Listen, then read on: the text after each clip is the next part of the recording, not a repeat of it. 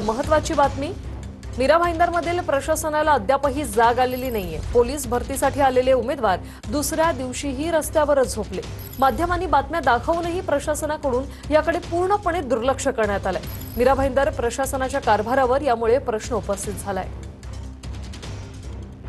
राज्यभरात सध्या विविध ठिकाणी पोलीस भरती सुरू आहे। त्यातच मीरा भाईंदर या ठिकाणी देखील पोलीस भरती सुरुवात झालेली आहे। आपण मीरा भाईंदर या ठिकाणी पोलीस भरती ज्या ठिकाणी होणार आहे त्या ठिकाणी सध्या आपण उपस्थित आहोत आणि या ठिकाणी असंख्य तरुण आहेत ते या भरतीनिमित्त मुंबईत दाखल झालेले आहेत।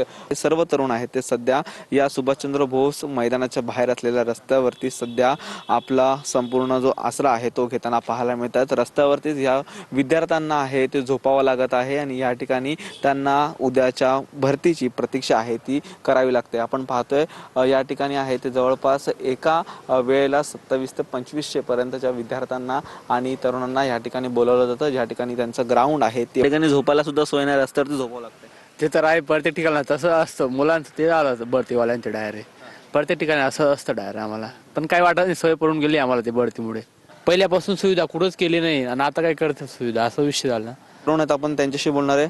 मित्रा, कुठून आलेला आहे आणि कशी तयारी झालेली आहे? उद्या ग्राउंड देखील आहे, परंतु आता आदल्या रात्री रस्त्यावर झोपावं लागते। जालन्याहून आलोय, जालन्याहून खूप दूरून आलोय। इथं सोय नाही झोपण्यासाठी पाहिजे होती। असं झोपणे मच्छर गिच्छर असं काय तंबू वगैरे ठोकून जर व्यवस्थित करता आली असती, व्यवस्थित सोय काहीतरी मंगल कार्य काहीतरी पाहिजे होतं। रस्त्यावर झोपायचं चांगलं वाटत आहे। व्हिडिओ आशिफ मलिक सह निखिल चव्हाण, TV9 मराठी।